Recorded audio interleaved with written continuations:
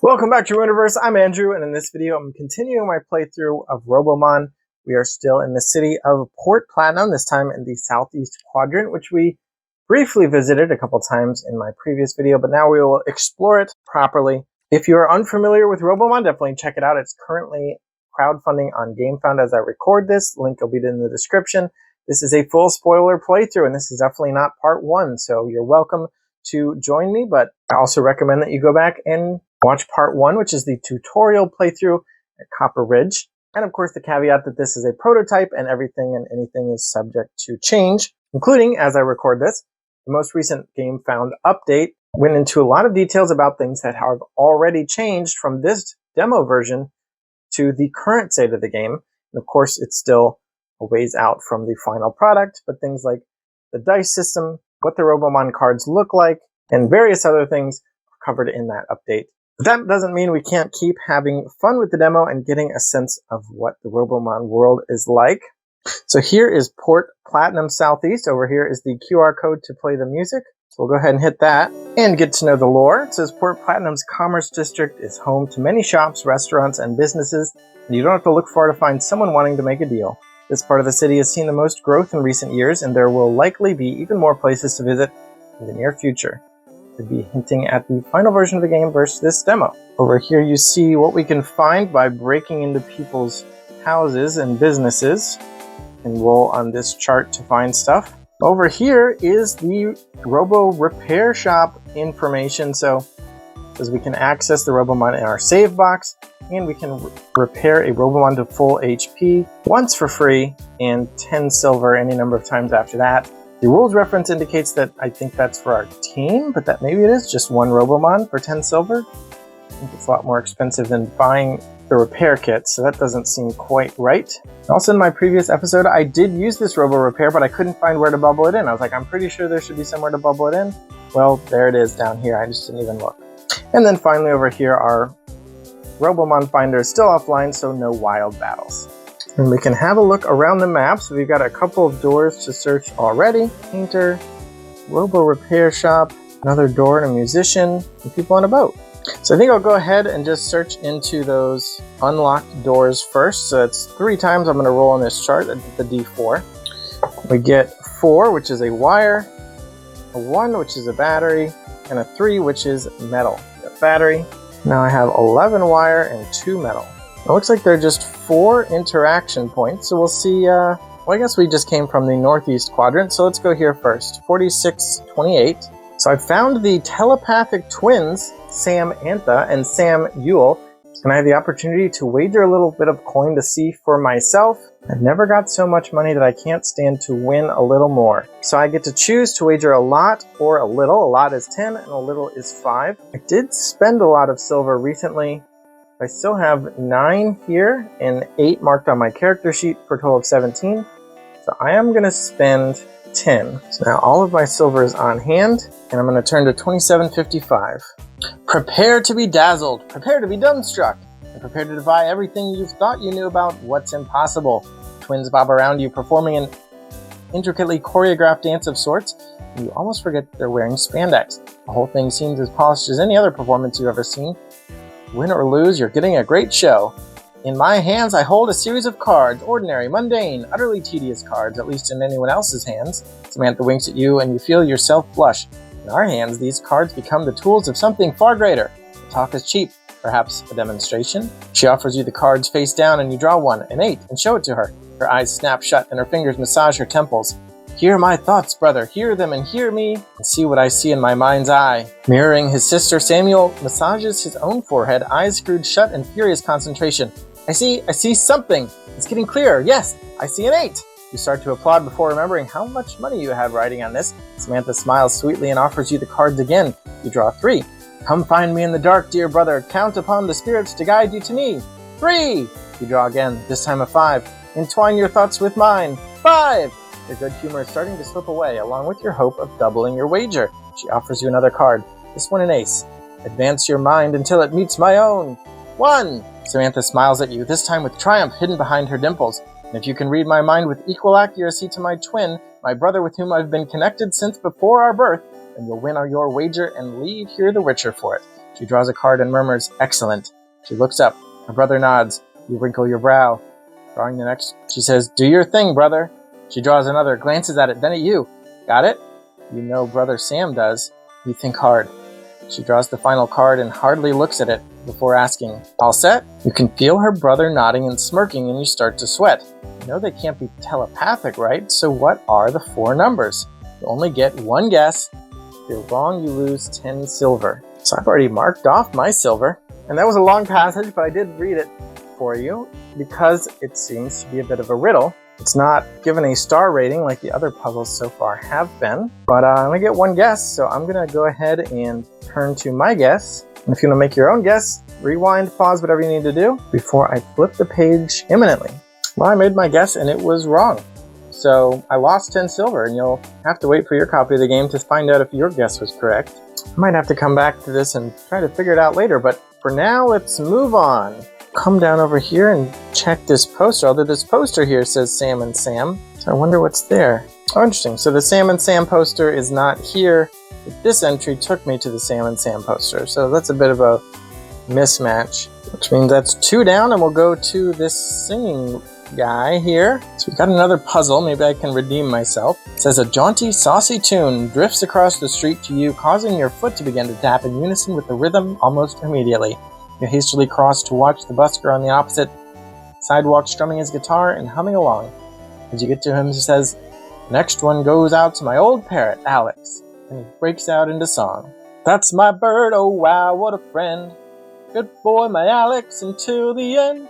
Off with no alibi, vivaciously soaring in the sky. Feed the mind and tempt the soul, withhold my worry till I'm old. Every week in time for dinner, skiing or dancing, each day a winner. Calm and quiet and sweet." And that's all we get.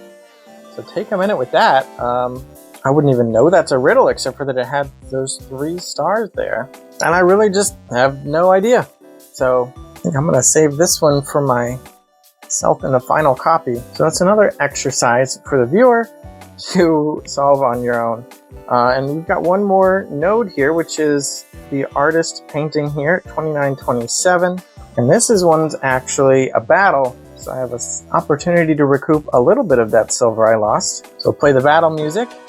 And artist Vivian says, "Allow me to pose a question. Can you really picture yourself winning, or should I just brush you aside?" She has RoboMon number 6, which is a Reginaire. Definitely seen this guy before, but not as an opponent in quite a while. In fact, I think this is the first competitive opponent Reginaire I've seen, but it's been a while. I don't have any electric or ice, which would be strong against air. So I think I'm going to do a Reginaire mirror match along with Propulfin. I have some fast RoboMon that can keep up with him. Propulfin's the fastest, then Reginaires are tied, so mine goes first because those are the rules. And let's see what we're working with for round 1. A little bit of movement, a bunch of wilds. Let's look at Propulfin's got movement of 4, so we can move around. And I've been doing Flying Headbutt is going to be a basic attack rather than the special attack symbol that's there. Because I'm thinking that special attack is supposed to be down here, which doesn't have a symbol. And since this doesn't have a type, it should be a basic attack. So that's just how I've been playing it, which means it is a ranged basic attack, a range 4. Again, everything is prototype. I'm sure this will be corrected, and however it's meant to be will be in the final version. But I'm making up my own version and resolving the inconsistency there. So that's what we'll be playing with. Can I even do a Flying Headbutt? I didn't roll any basic attack symbols. 1 special, 3 wilds. I forgot Reginaire has 1 armor, so I'll block the first 2 damage it takes. This is a bit excessive, but I think I'm going to give both movement dice to Propulfin so that it can move 4 twice. So 1, 2, 3, 4, 5, 6, 7, 8. And that puts it 1, 2, 3, 4 away from Reginaire. Since Flying Headbutt is ranged 4, we can do that, but we will need basic attack symbols, and I'm going to take, let's use the token here and 2 of the wilds, so we've got to spend an energy each to convert the wilds into basic attack, so that costs 2, then we have to pay 2 to use Flying Headbutt, and that costs a total of 4, but because we're using 3 symbols, we're going to use the 3rd damage number, which is 4, and because it's untyped, we'll be using the black normal modifier die, so 4 damage against Reginaire.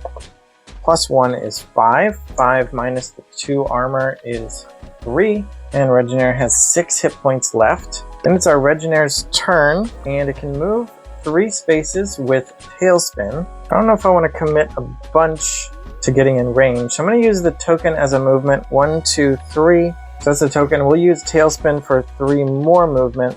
I could use the wild to move again, but that would cost an energy, and I would only be doing so that I could attack. But all that I would have left to attack with is this 1 special attack symbol, which would mean using fan attack for 1 damage, and that would cost 2 more energy. So I don't want to spend a bunch of Regener's limited 6 energy, so we'll just call the turn there and then let the enemy Regener go. So we'll roll the d4, getting a 2. So we'll look at this Regener, and that means it wants to target. We rolled a 2. It wants to target our lowest health RoboMon, which is Propulsion actually with 9. And 2 means it's using Scratch, so it's a melee attack for 2 damage. It also has this Tailspin ability. It can move 3 extra spaces as though it had flying, so we've got 3 movement plus 3 more in order to get in range for that melee attack. So I think it'll probably just go 1, 2, 3, 4. It's actually enough movement to hit Propulsion in melee. Scratch is 2 damage, so it's just going to be a basic 2 damage with the black die. Is a 0, so 2 damage to Propulsion, which we can block with this armor die that we rolled, and move on to round 2.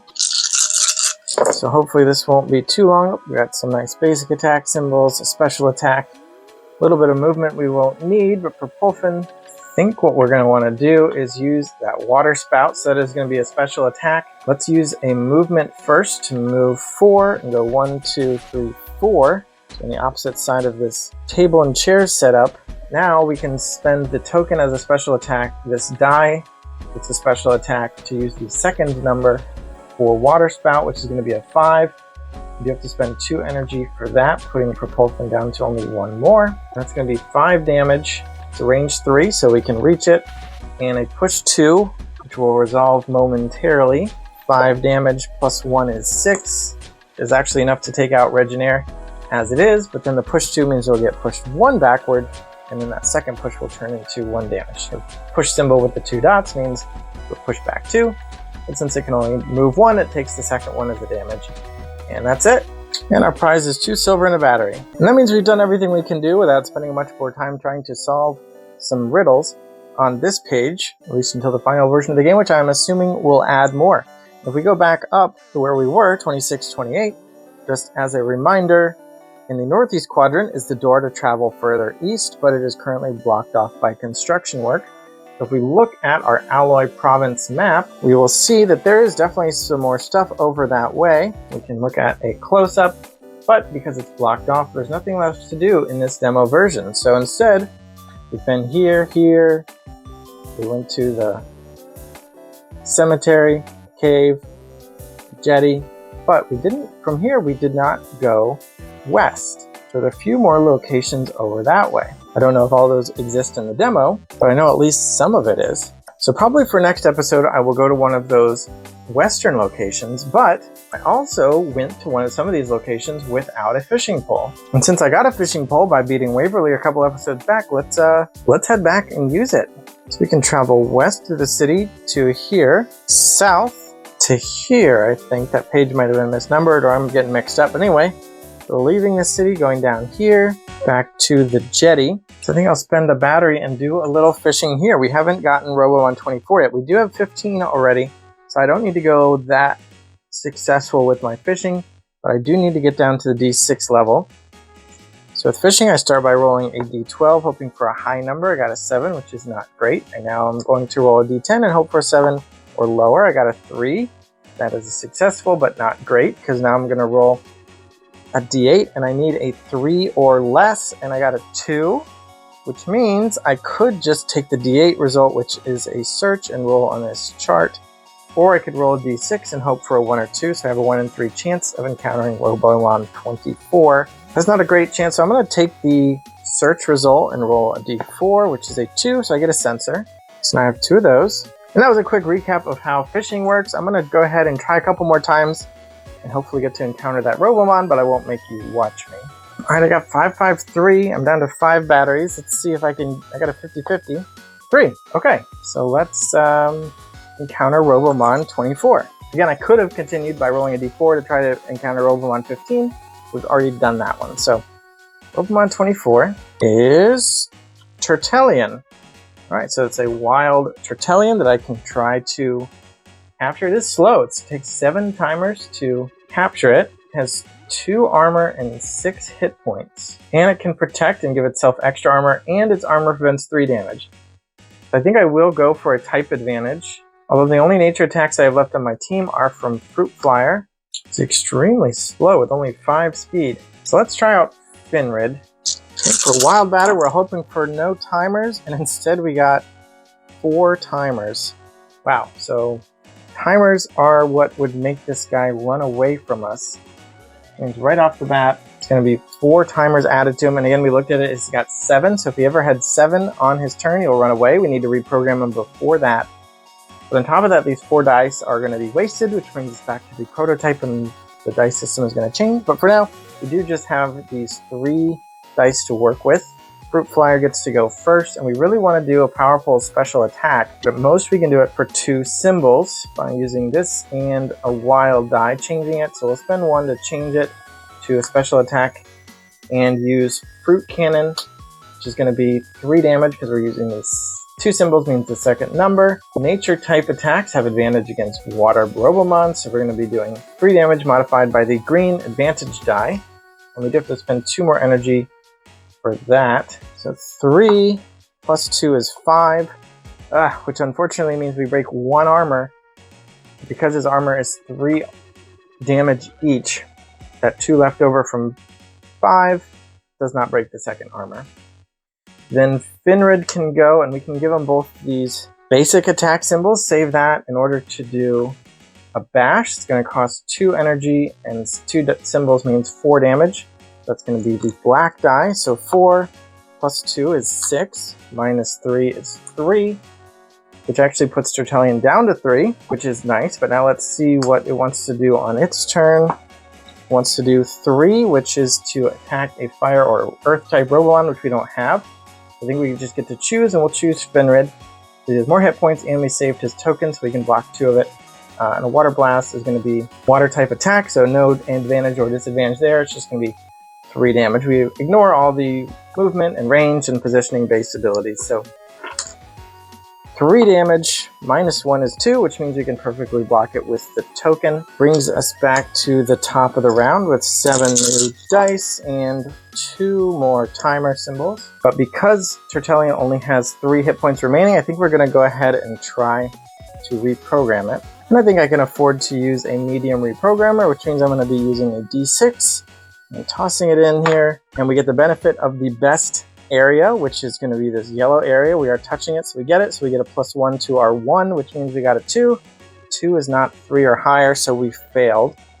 And we had to spend Fruit Flyer's turn to do that, so it goes to Finrid's turn. And the thing is, this is risky because even if we do a basic bash for 2 damage, if we roll +2 on the die, that's 4, or +1 or +2, we'll finish off Tertellian, which isn't what we want. So let's just spend Finrid's turn repeating the process. The reprogrammer isn't consumed unless we succeed with it. So we're spending both our RoboMon's turns to make attempts. And this time again, we got into the yellow zone, but this time we rolled a 4. +1 is 5. 5 is more than 2, or more than 3 rather, but that is a success. And now some people on the GameFound page in the comments were talking about wanting to encounter shiny RoboMon. Now shiny is based on Pokemon franchise, where any Pokemon can appear as a shiny version in the wild. And it's very rare, but it doesn't make the Pokemon any more powerful. So my proposed idea for RoboMon is whenever you capture a RoboMon, just roll D100, and on a 100, it's shiny. So now that I've caught this Tertellian, let's see if it's shiny. So I happen to have a D100 here, which is just 2 10-sided dice. One of them is numbered with 10s, and one of them is numbered with 1s. Just roll that and see what you get out of 100. And we're looking for all zeros. So 0, 0, 0 would be considered 100. Let's see what we got. Okay, so I was planning to cheat because I really wanted to just show it, and I had this hilarious gimmick planned. I just rolled 100. So I kind of just want to do my gimmick though. I had put all this planning into it. So I'm going to roll again. Oh no, we got 100. So, now that we got 100, we know that our Tertellian is shiny, and we can show that it's shiny with one of these foiling sleeves I picked up. Now, this is getting a bit into the arts and crafts of things. I'm going to put this tertellian into this shiny sleeve. I'll put a link to the one that I bought in the description, but you can find different brands or whatever. This is just one I happened to see, so I bought the first one I saw pretty much. This is an inner sleeve, which means it is sized to be the perfect size for a card, and you could then put this sleeved card into another sleeve of a more normal size. But it's extremely tight on these prototype cards because I assume they were printed at 2.5 by 3.5. But I'll pause my rant. Let's just take a look at my new shiny tertellian. Is that coming through? Can you see that shininess? Can you see that shininess? Can you see that shininess? Can you see that shininess? So yeah, now I have a shiny tertellian. But as I was saying, these prototypes seem to have printed exactly 2.5 by 3.5, which is actually not the standard card size. It's actually 63 by 88 millimeters, which is very close to 2.5 by 3.5 inches, which is why people always say cards are 2.5 by 3.5 inches. But when you actually print a card at 2.5 by 3.5 inches, it doesn't fit super great into inner sleeves, which the foiling sleeves, at least the ones I have, are. The final version of the game is likely to be 63 by 88 millimeters because that is a more standard size, especially at most printers. But I assume these are from the game crafter for the component, for the prototype. The time will tell. As you can see, here's a standard RoboMon card out of the prototype. Here's a Magic the Gathering card I happen to have nearby. We align their edges. You can see the RoboMon prototype card sticking out the sides, so it's just slightly too big for inner sleeves. And I suspect that it's from the game crafter because I happen to have the card from my own TCG called Runiverse, which is from the game crafter, and it is 2.5 by 3.5. And as you can see, it is the exact same size as this prototype card. The game crafter does also print 63 by 88 millimeter size cards, but not in foil. So anyway, there's my extremely long-winded description of my shiny RoboMon variant, how you might be able to implement that for your final copy of the game, and why my current version is a little bit curved, trying to fit it into that sleeve. But now that I have a shiny RoboMon, I feel like I should put it on my team. Which reminds me, I've made a huge mistake. I just sleeved up the Versus version of the card. So this actually needs to go back in the Versus deck. I need to go find tertellian from the My Team RoboMon deck, which is right there. So let's take a look at my shiny tertellian. 7 health, 6 energy, 5 speed. Whew, still very low. Swimming, 3 movement. Bite, not bad damage on that bite. 3 for 2 symbols and only 1 energy. Water blast and protect. Not a bad little utility guy. My shiny tertellian. And I think tertellian is probably not quite as good as Finrid, but because it's shiny, I'm going to keep tertellian on my team and retire this guy into the save box. And actually that's not bad because tertellian has endurance. This is going to be my first endurance bonus from a RoboMon, bringing my -1 up to 0. And I need to add tertellian to my journal. So I'm going to find entry number 10. Oh, that's the wrong stat. Entry number 10. And it says monitors underwater animal life. I can add that into my journal here. And if I wanted, I could even make this journal card shiny so that I know I have a shiny version of that RoboMon. I know some people like to complete certain dexes with all shinies. So that would be an option here too if you're insane. So I'm not going to go back through every page and go fishing, but there is one more place I wanted to go fishing. I even wrote it on my player notes that if I get a fishing rod, I want to go back to the cemetery church and look into the well. That is north of here, up at page 20. So back here at the Carnelian Cemetery, it's not inside the well, but it's this is if I need to, if I can rappel down somewhere. But I want to go back into the church at 1319. And then in here, there is this fountain. It says, you see a small pot of crystal clear water. As you peer into it, you find it strange that you cannot see the bottom. It appears much deeper on the inside. If you have a fishing rod, turn to 6123. And unfortunately, this looks like a placeholder entry. This says, use a fishing rod in the fountain in the church in bold text. Still wait for the final game to see what you can find down there. So we'll go back to the jetty, back through the cave, back to the cove, back to the old road, and then we can go west, which leads us to Camp Cobalt, which we will check out next time. Thanks for watching. Subscribe so we can get more subscribers, and bye.